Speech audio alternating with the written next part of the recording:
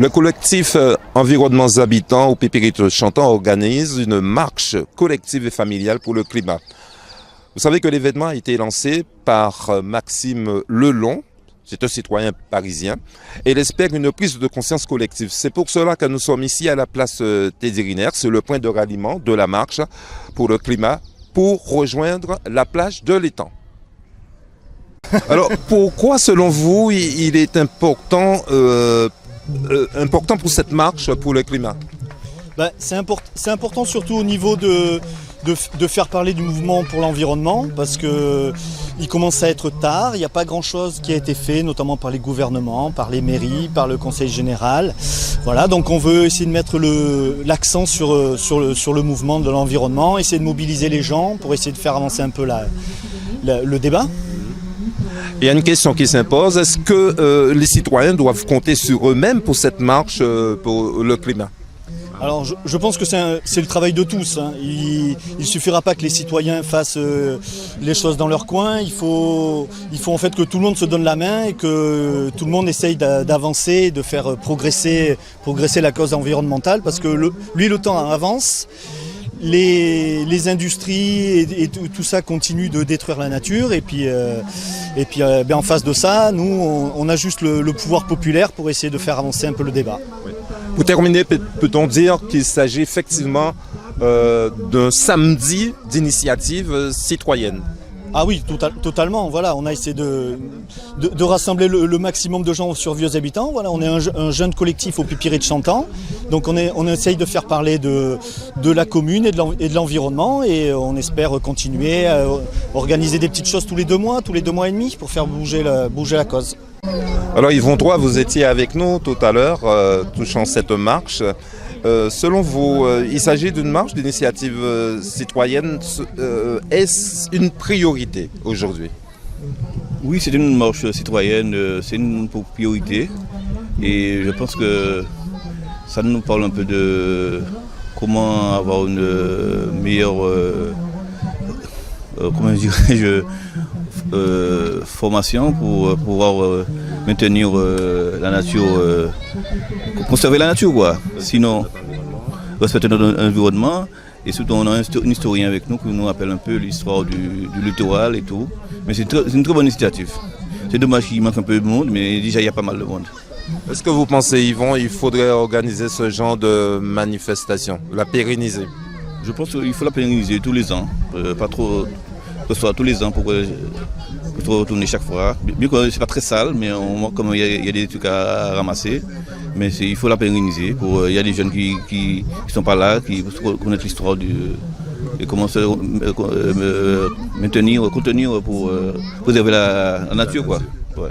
Nous, citoyens, sommes-nous vraiment impuissants à ce problème de climat? Alors je pense au contraire qu'on doit être les premiers acteurs à se mobiliser, puisque en tant que citoyen, on est aussi des consommateurs, donc on représente les débouchés de l'économie mondiale. Je pense qu'on en est de plus en plus conscient. En tant que consommateur, c'est aussi à nous de faire les bons choix et de prouver aux entreprises qu'on peut faire des choix en matière de développement durable, même de marketing durable. Elles sont de plus en plus nombreuses à le prendre en compte. Et en fait, c'est le credo en fait, du marketing, c'est que le consommateur est roi.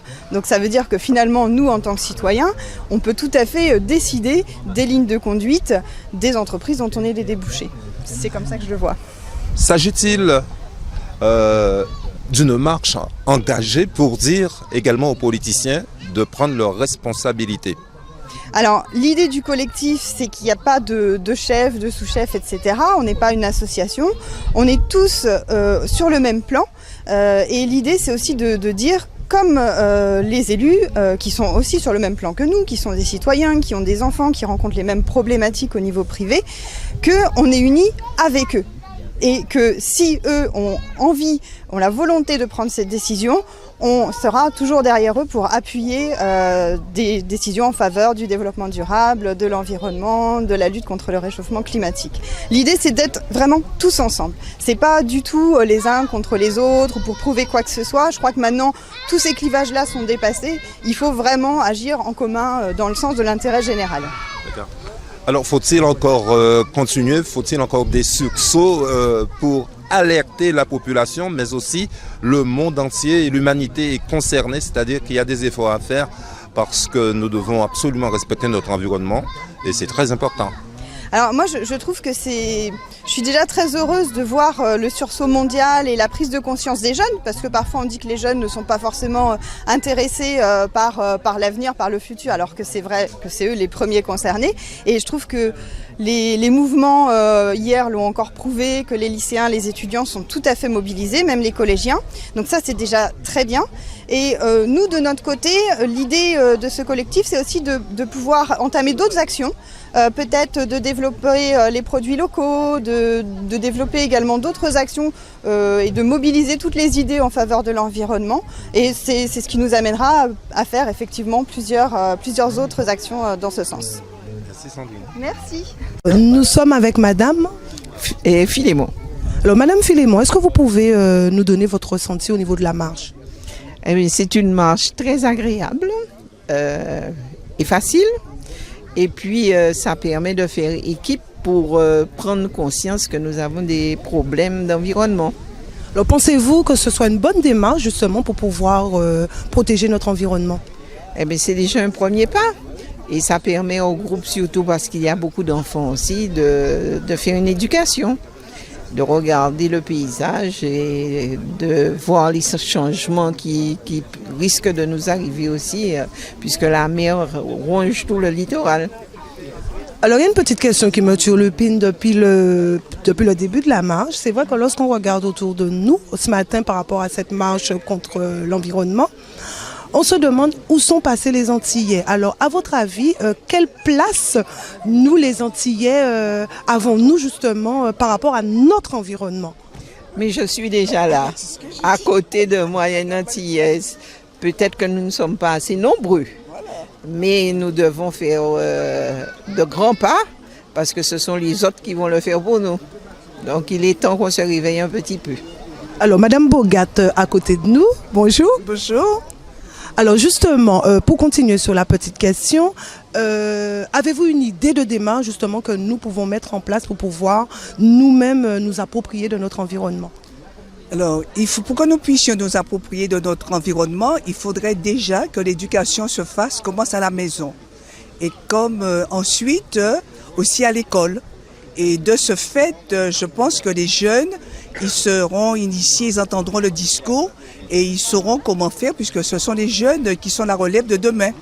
Donc ce n'est qu'ainsi que nous pourrions, gommer les insuffisances de la présence de beaucoup d'Antillais à ces événements qui se font dans notre île. Alors est-ce que vous y croyez fortement pour l'avenir, cette démarche?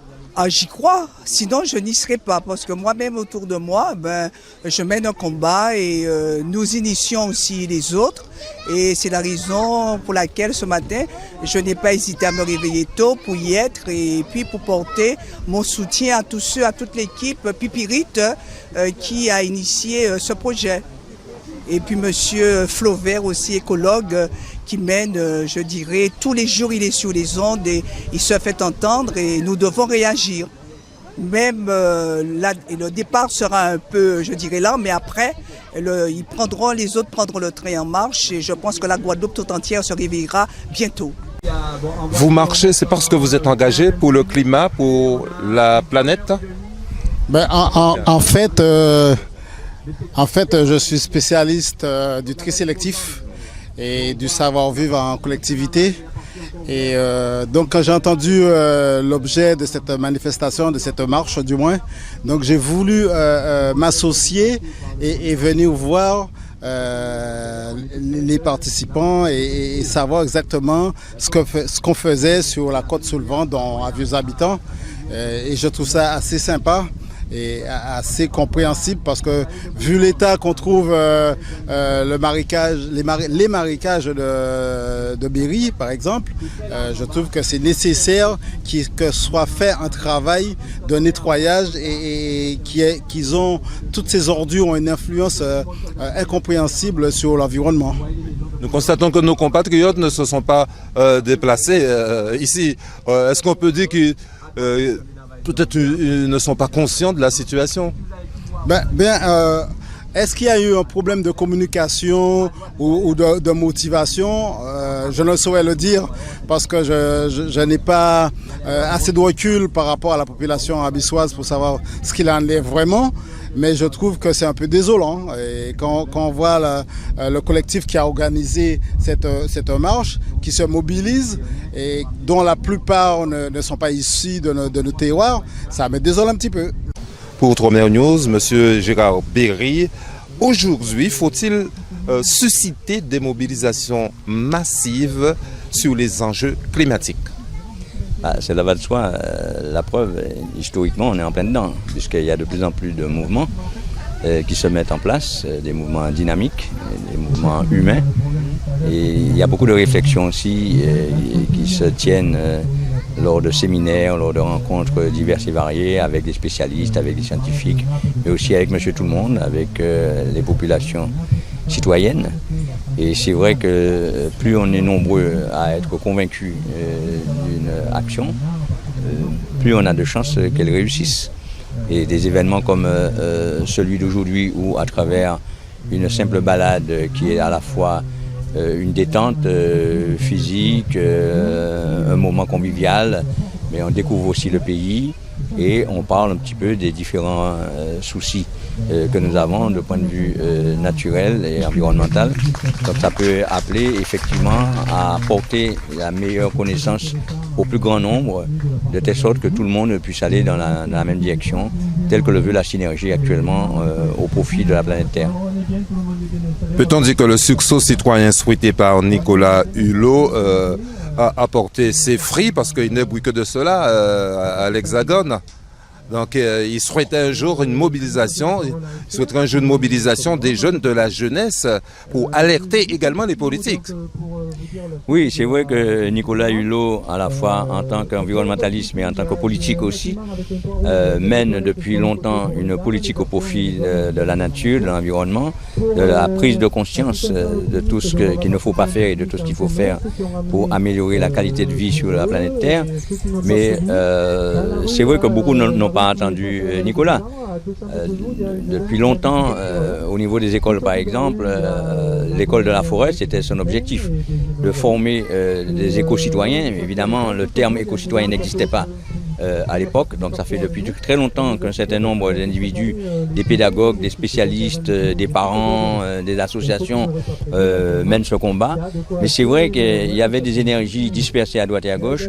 Aujourd'hui, il y a une synergie, c'est-à-dire une rencontre de toutes les actions positives, et Nicolas Hulot apporte une forte contribution effectivement à ce phénomène-là, et qui commence à porter ses fruits, évidemment. Merci.